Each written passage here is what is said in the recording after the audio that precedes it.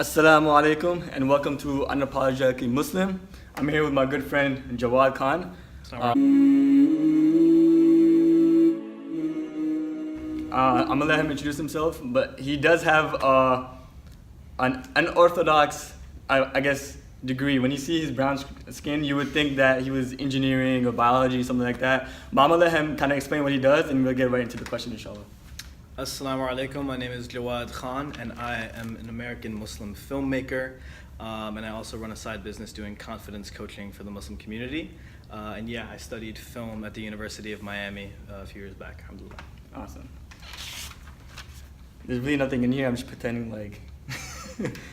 Alright, so as you guys know, he's into a field where a lot of brown people aren't, and it's a lot of brown Muslims, I guess. And I feel like in the Muslim community, it's very important to kind of branch out in different places. We need to be integrated in all parts of American society, inshallah. So with the first question is the name of the series. What does the word unapologetically Muslim mean to you? So being unapologetically Muslim to me means embracing your Islam for yourself, in terms of what you've come to understand of it and what you choose to practice it within your life, and not really paying attention to it too much when it comes to defining yourself for others. So whether the fact that you pray 5 times a day or that you wear a certain garb or anything like that, this is kind of stuff that's so second nature to you that you don't even feel like it's something that has to be kind of, the way I describe it a lot of times is like wearing your Islam on your sleeve that a lot of people do, where it's just like there's kind of an insecurity about our Islam enough for us to have to like show up about it, like really show up our Islam, just because we kind of feel insecure about being Muslim or whether we're practicing regularly. But I think I've come to a point where being unapologetically Muslim just means feeling at peace with your Islam and not having to feel the need to explain it or even brag about it, show it off to people within the Muslim community or even outside the Muslim community, having to apologize for it, literally, an unapologetically Muslim.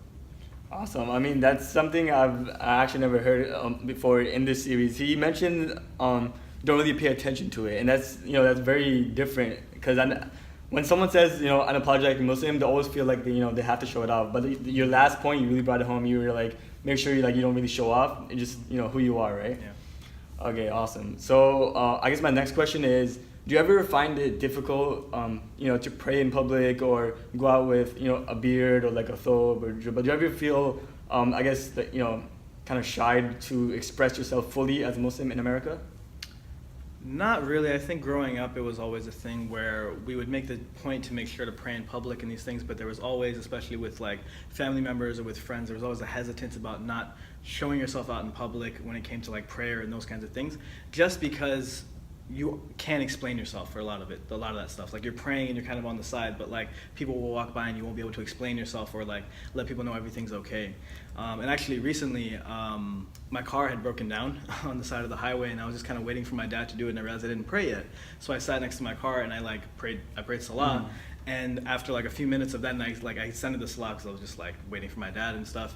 A cop pulled up behind me and actually like bleeped his like sirens. Oh, wow. And he is like, "What are you doing?" And so I like finished my salah, and then I came up and I'm just like, "What's up?" Like, everything's okay. And then he like had me go to his window, and he was like, "Yo man, people were calling out here thinking you were like committing suicide or something." I was like, Oh, "What?" Wow. Okay, I'm gonna go like open my car doors and I'm gonna go sit in my car. He's like, "Okay, officer." Like, I was just like in that moment, I was like, that was the first time in a long time where I was just like, wow, especially with the way our environment is these days. I think it was probably right around the time of the New York subway, the guy who like drove his van into something, like that was like around that time. So I guess people, obviously, it's understandable. Like, as an American, I'm scared when things happen in our country. So that's the only times when it's like when you don't have a chance to explain yourself, or you're just kind of being visibly Muslim where you have to be, but you can't open that dialogue when it's just you give people a chance to make assumptions about you.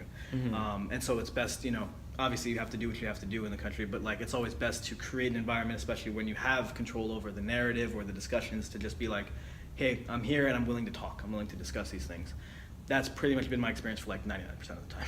Wow, that's a very different story, actually, that whole, your car breaking down and stuff, and it shows that, that how you're praying and people thought you were doing some like crazy stuff. Yeah.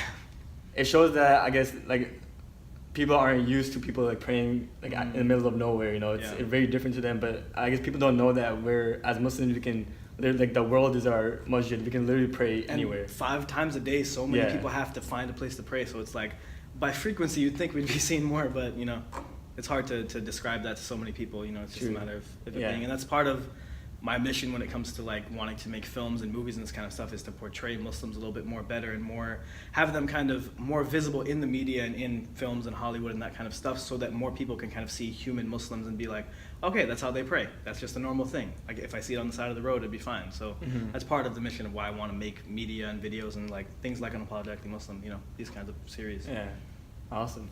So one last question to wrap it up.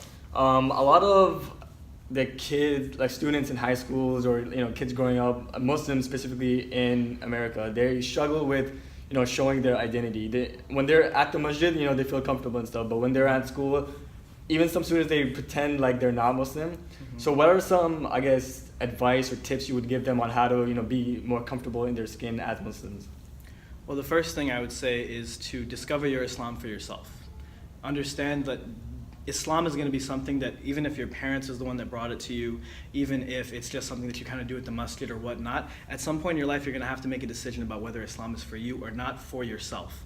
That may come later when you go to college and you finally have the option to not pray or not do something like that your parents always made you do when they looked at you. It's going to come at some point, so it's better earlier than ever to figure out for yourself, what is this Islam thing? What is it actually saying? How do I feel about it? And what am I going to do in terms of my practice for it? Figure out yourself internally first. Then once that comes up, then the only thing that's really helped me when it came to like if people question me about Islam or people, if your Islam's kind of visible out there, the only thing that really has given me confidence is seeking more knowledge about the religion. And I'm sure that you've had this experience too of like people ask you like really in-depth questions about Islam or even simple questions about Islam that you don't know the answers to, and that actually ignites you to have to be like, okay, wait, I'm gonna look it up for you. And you learn more about the deen yourself. And when you learn more and more, especially from a more like structured point of view of Islam, and there's so many institutions and online YouTube, series and things of this sort now available for us to learn our deen from a very basic foundational level, learning more about these things helps you feel more confident in your Islam to be able to explain it, but then also to believe in it for yourself too.